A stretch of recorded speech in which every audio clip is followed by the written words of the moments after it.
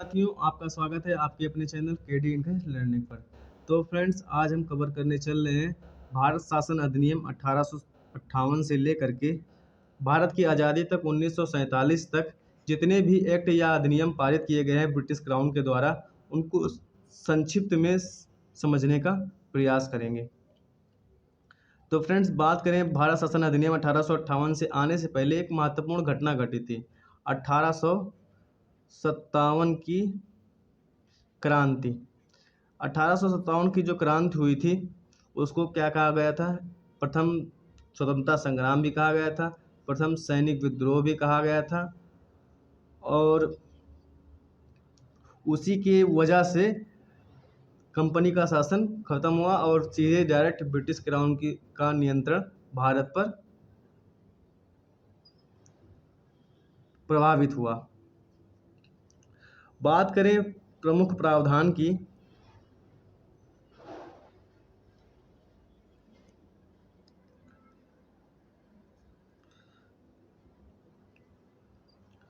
तो भारतीय प्रशासन का नियंत्रण कंपनी से छीन करके ब्रिटिश राजमुकुट के क्राउन को दिया गया।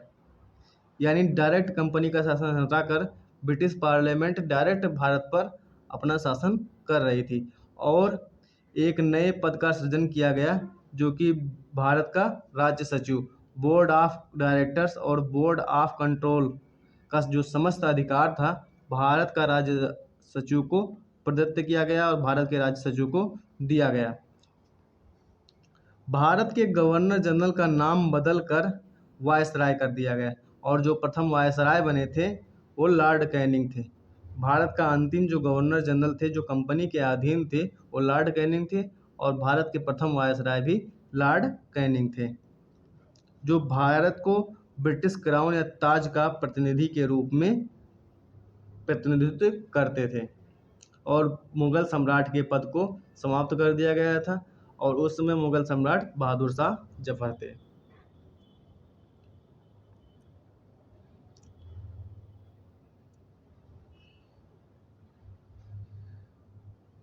भारत परिषद अधिनियम 1861।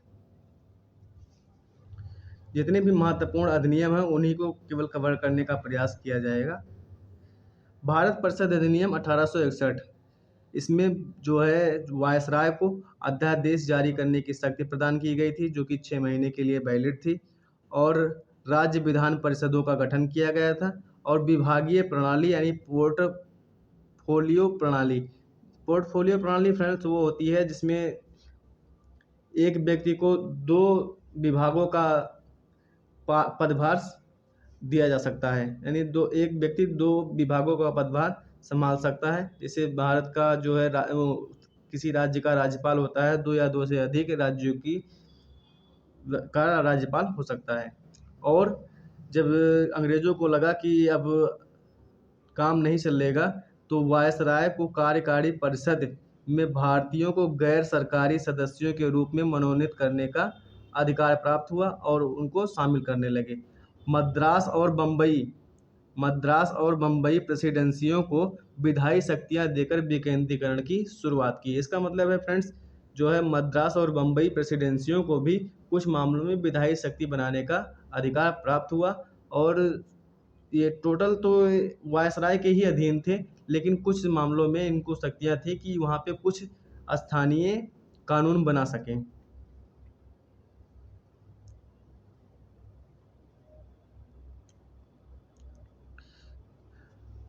भारत परिषद अधिनियम 1892।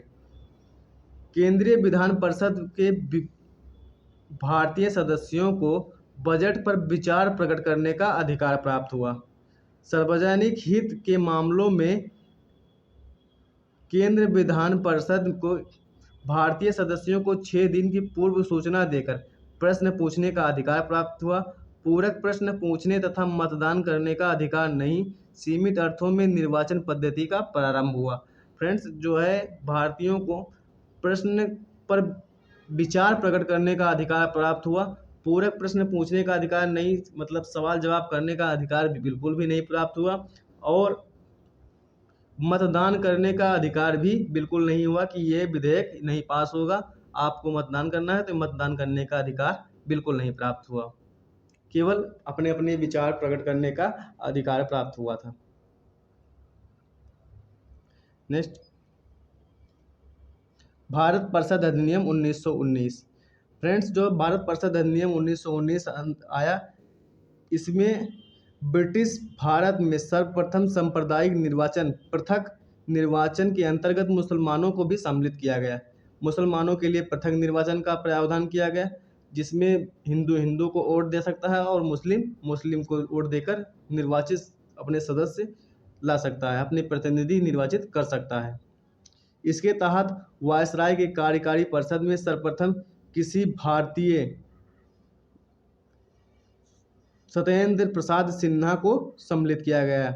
वायसराय की कार्यकारी परिषद में सत्येंद्र प्रसाद सिन्हा एक प्रथम भारतीय थे जिन्हें सम्मिलित किया गया था। परिषद के सदस्यों को बजट एवं लोकहित के विषयों की विवेचना करने या प्रस्ताव लाने, प्रश्न पूछने या पूरे प्रश्न पूछने का अधिकार दिया गया। 1909 में भारत परिषद अधिनियम के बारे में प्रसिद्ध कथन, जिसमें महात्मा गांधी जी ने कहा था कि इस एक्ट ने हमारा सर्वनाश कर दिया, मतलब भारत की विभाजन की रूपरेखा यहीं से ही शुरुआत हो गई थी। रैमजे मैकडोनाल्ड ने कहा था कि ये सुधार प्रजातंत्रवाद और नौकरशाह के मध्य एक अधूरा और अल्पकालीन समझौता है।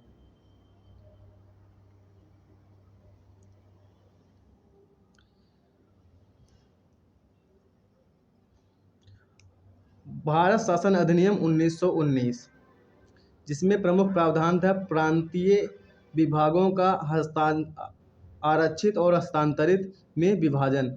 हस्तांतरित में गवर्नर जो था वो कार्यपालिका की सहायता से शासन करता था, कानून बनाता था, और हस्तांतरित में विधान परिषद और विधानसभा के प्रति उत्तरदायी था। प्रांतों में द्वैध शासन प्रणाली की शुरुआत हुई और सांप्रदायिक आधार पर निर्वाचन प्रणाली का सिख भारतीयों, ईसाइयों, आंग्ल भारतीयों और यूरोपियों के लिए भी लागू एवं प्रत्यक्ष निर्वाचन का प्रावधान हुआ। केंद्र में द्विसदनीय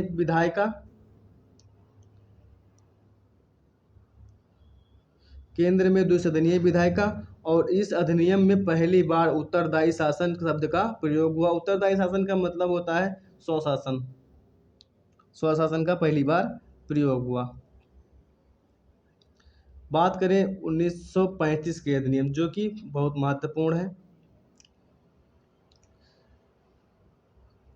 गठन जो है, संघीय लोक सेवा आयोग का गठन हुआ और अखिल भारतीय संघ की स्थापना हुई। द्वैध शासन प्रांतों में समाप्त हो गया और केंद्र में लागू हो गया। स्वायत्तता मतलब स्वशासन, प्रांतों को उत्तरदायी शासन, प्रांतों को और दोहरे शासन के स्थान पर।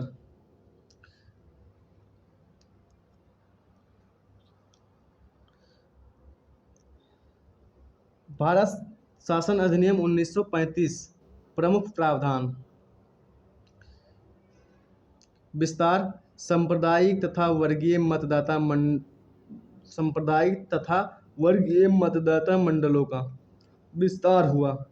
महत्व, भारत के वर्तमान संवैधानिक ढांचे का आधार स्रोत बना काफी हद तक। द्विसदनीय केंद्रीय विधानमंडल यानी लोकसभा और राज्यसभा का सृजन हुआ था। शक्तियों का विभाजन केंद्र और प्रांतों में। स्थापना, फेडरल न्यायालय 1937 में क्रियान्वयन। पंडित जवाहरलाल नेहरू का कथन था कि एक कार जिसमें ब्रेक तो हैं पर इंजन नहीं।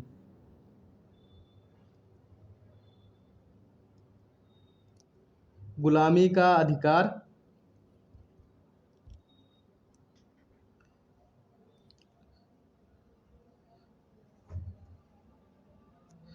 गुलामी का अधिकार,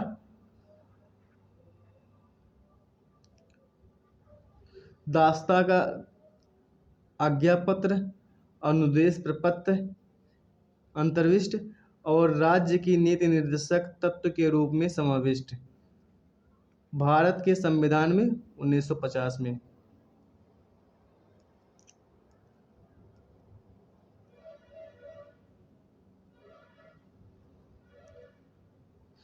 कांग्रेस के लखनऊ अधिवेशन में वर्ष 1936 में भारत सरकार में अधिनियम 1935 अस्वीकृत किया गया था।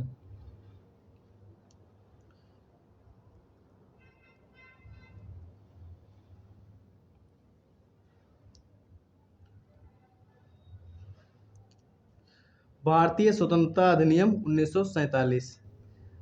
अविभाज्य ब्रिटिश भारत का विभाजन कर भारत एवं पाकिस्तान दो स्वतंत्र अधिराज्यों की स्थापना।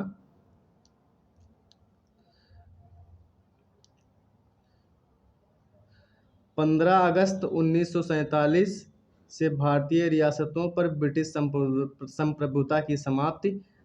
दोनों अधिराज्यों की संविधान निर्मात्री सभा को संविधान बनाने का अधिकार। दोनों अधिराज्यों को ब्रिटिश राष्ट्रमंडल से अलग होने की स्वतंत्रता। भारत का राज्य सचिव पद समाप्त हो गया। अगर वीडियो पसंद आया हो तो लाइक शेयर सब्सक्राइब अवश्य कीजिएगा। धन्यवाद।